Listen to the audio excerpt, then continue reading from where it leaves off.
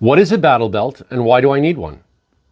A battle belt is an item of first-line gear that primarily supports your rifle and pistol and provides emergency first aid and administrative gear. It's very useful on the range, in a home defense setting, and of course, in case of engagement with an opposing force.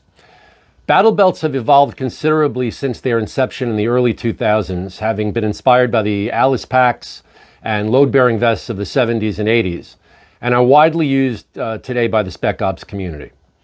So stick around and see how I set up my battle belt.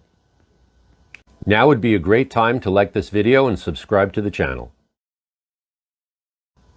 On the range, a battle belt can be extremely helpful in allowing you to carry all of your gear on your waist without having to run your holster, magazine pouches, and other gear through your belt loops. It can also be put on over a jacket or a sweatshirt and still allow access to all of your gear without having to tuck your clothes in. For home defense, if you hear the proverbial crash in the night or if someone is actively trying to break down your front door, you can grab your belt and have everything you need to sustain you in a firefight, with the exception of armor. In a situation where you have to engage an opposing force, your battle belt, together with your plate carrier and your backpack, will provide you with everything that you need for that engagement. Now, before we discuss my battle belt, I have a few disclaimers. First, I have no affiliation with the manufacturers of any of the gear that I'm going to be referring to. I purchased all of this gear myself, and this belt is a culmination of more than, I would say, about 12 to 15 years of constant upgrades and experimentation.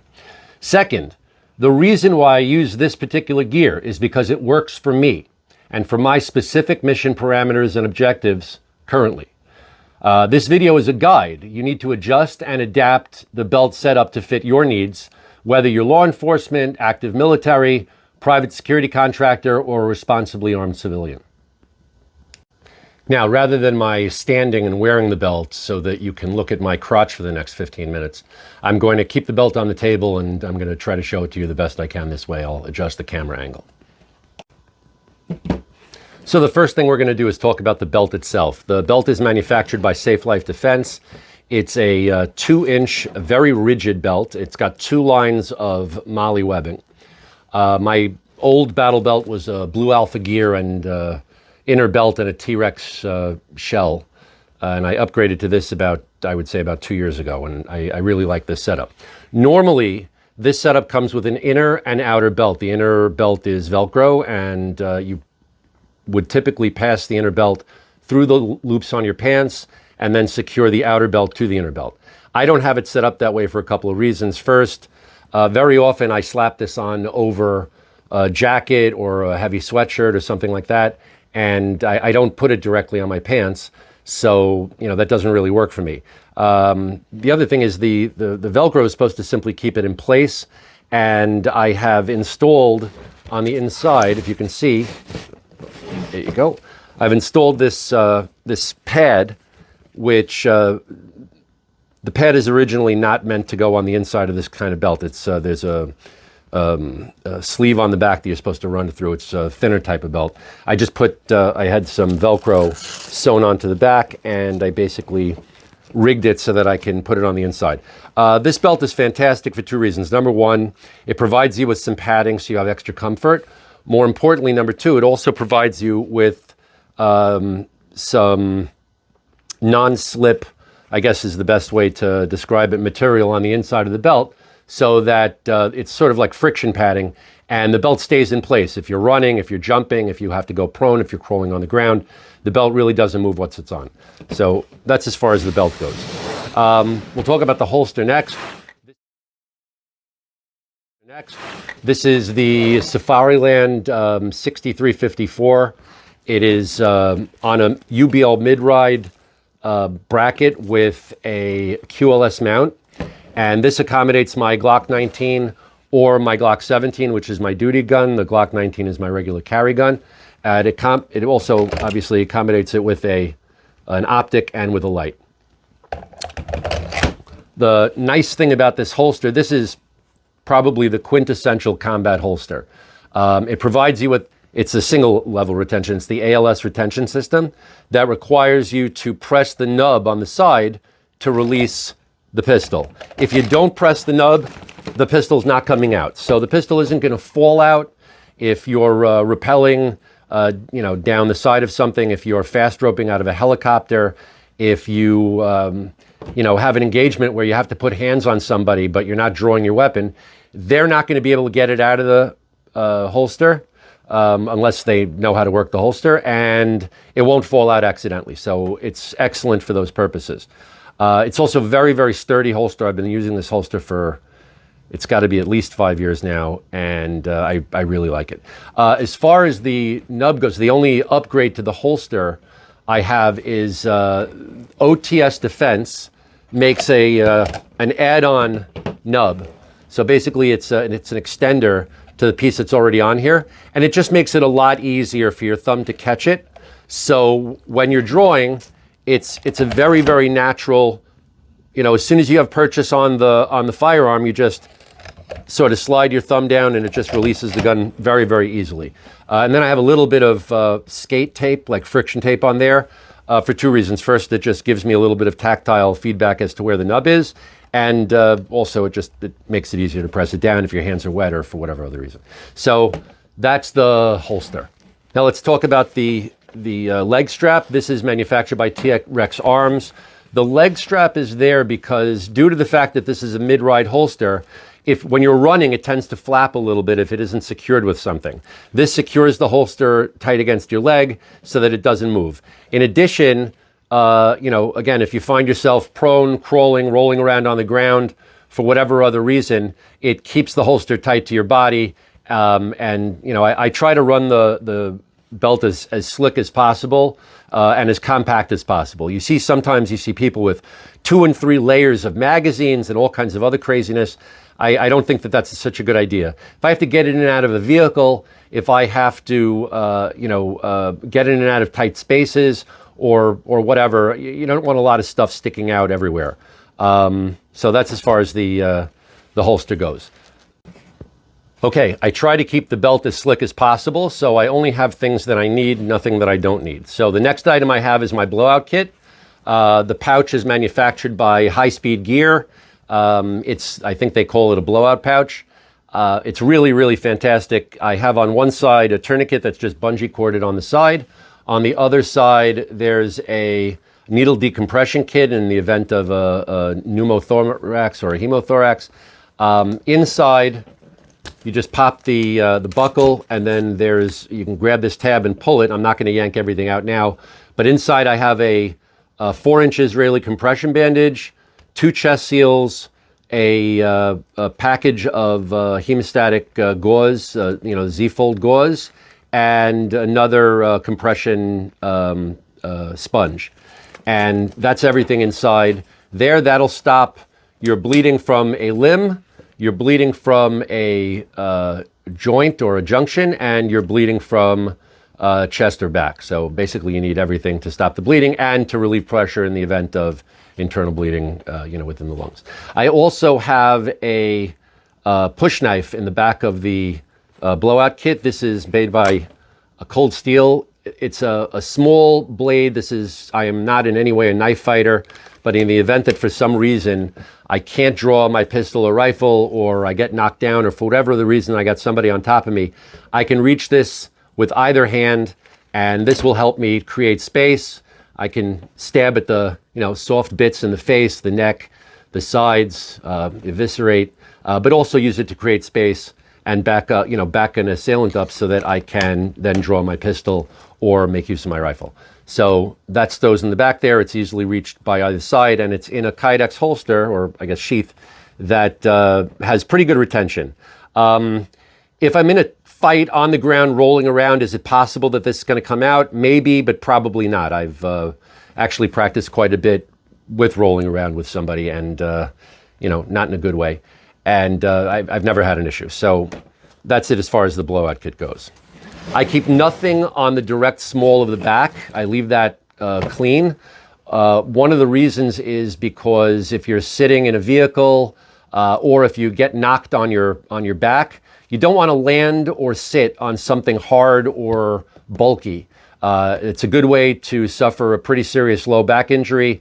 And if you're just sitting in a vehicle for hours It's extremely uncomfortable. I speak from personal experience. So I typically leave the small of the back clean, and I leave the front clean in the event that I have to go prone. I try to keep everything, on my immediate front, clean of any kind of gear on the belt. Next item is a dump pouch. The dump pouch has a lot of administrative uses, but primarily you use it, if you're on the range, you can use it to store extra magazines. You can throw in your used magazines so you don't leave them on the floor. You can keep a bottle of water and some snacks, whatever you need. Sometimes I throw a radio in there when I'm on the range and I don't want to clip it to anything else if I'm not wearing a plate carrier or if I'm not wearing a helmet with a boom mic. But the dump pouch is it's a very good administrative item, and when not in use, it folds up. And even though it's sort of in your back, it's very comfortable to lean against. So it's not really an issue. It doesn't take up a lot of space. Only 2 rows of MOLLE, and it's a very versatile and useful item. Next item I have is a flashlight. This is the Surefire X2. I do have a light on my rifle and my pistol.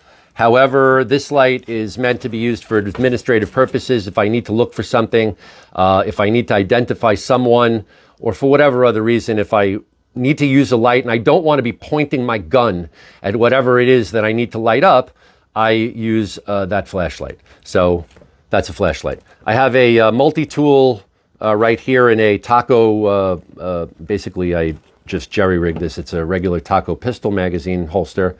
And I use it to hold the multi-tool. Multi-tool is a multi-tool. It has a multiple number of uses. It's very important to have something with you, and this way at least I have something by way of tools in the event that a tool is necessary. Underneath my rifle magazine, I have a second Cat Tourniquet. People will ask, why do you have 2 Cat Tourniquets? Well, first of all, if you're in a gunfight, you may get shot twice. You may get shot on more than one limb. One tourniquet might not take effect. You might need the tourniquet for someone else. There are a myriad of reasons why, and the real reason is 2 is 1 and 1 is none. So when you're depending on something to save your life, bring 2 with you. All right. Another reason why you have a pistol and a rifle. That being said, you shouldn't necessarily think of your pistol as exclusively a backup weapon system. It may be your primary weapon system if you don't grab a rifle, or if you have your rifle, but the rifle is inconvenient to use in the circumstances. For example, if you're guarding a prisoner inside an elevator or a confined space, a vehicle, tight hallway, something like that, if you need to engage someone in a tight space, it just might be easier to sling your rifle and deploy your pistol instead. That being said, obviously, I carry 2 tourniquets for a reason, and if I'm going to rely on them to save my life, I'm going to have 2 of them. So that's as far as the tourniquets go. And this is just in a neoprene sling underneath the rifle magazine pouch. It's very easy to pull out and deploy. I have 1 rifle magazine pouch and 2 pistol pouches. A moment about the magazine orientation. I orient my pistol magazines with the bullets facing forward, and I orient my rifle magazines with the bullets facing backwards. The reason is because I'm right-handed, and in an emergency reload, which is the only reason why I would be using this rifle magazine, I am going to reach behind I'm going to reach to my side with my left hand and obtain a beer can grip on the rifle, then extracting it from the magazine pouch and inserting it directly into the rifle. So when I grab a pistol magazine, I grab it the opposite way. I grab it with my finger on the front, orient it straight, and then slide it into my pistol, so that the bullets need to be oriented toward the front. Now, all of my magazine pouches are open-topped. I don't have, they're not secured. They're all very good retention. These are not going to fall out by accident. I am not fast roping out of helicopters, and I'm not rappelling down the sides of a building or a mountainside. It's unlikely that one of these magazines is going to fall out. If I have to go hands-on with somebody and I'm in a fight and I end up on the ground, is it possible that one of them might come out? Yes, it's possible. I have done that numerous times. It hasn't occurred so far. So that's not to say that it won't, but so far so good. If your job requires you to rappel out of down the side of a mountain or a building, or fast rope out of a helicopter, or do something else, a lot of low crawling or whatever, where you're concerned that you're going to lose one of your magazines, then definitely, as far as the pistol goes, you're going to want to get at least the second magazine holder should have some kind of positive retention, like a flap or a strap or whatever. The front one is your emergency reload. I don't recommend any kind of retention other than just the tension retention that you find in the magazine pouches themselves. And specifically, my front magazine pouch is a Kaiwi made by S.T.F.Prep. This is a very clever design. The outside is cloth and the inside is Kydex. And it holds pretty much any double stack magazine. And just by snapping it inside, the retention is really fantastic. These are not going to come out accidentally. At the same time, you can retrieve them easily enough so that it doesn't become inconvenient. You don't have to yank the magazines out, but they won't fall out by themselves. The second magazine carrier is a Kydex magazine carrier, which also has very good retention. It's a pretty simple, but I don't have a flap over the top. So that's it as far as my magazine orientation. So as I said before, I like to keep the belt limited to everything that I need and nothing that I don't. Everything else that I'll need for either a sustained fight or some other mission will be either in my plate carrier or in my knapsack. I keep 3 rifle magazines in my plate carrier, and I keep an additional 3 magazines in my backpack for a total combat loadout of 8 rifle magazines. And then I have 2 spare pistol magazines and 1 in my firearm. So that gives me 51 pistol rounds and 240 rifle rounds.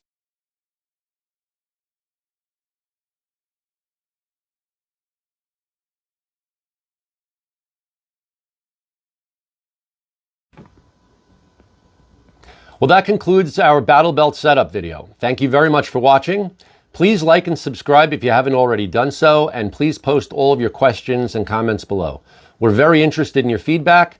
This video, like many others, was based on a subscriber inquiry. So please keep the questions and suggestions coming, and it helps us develop more content. Until next time, stay prepared, stay safe, God bless you, and God bless America.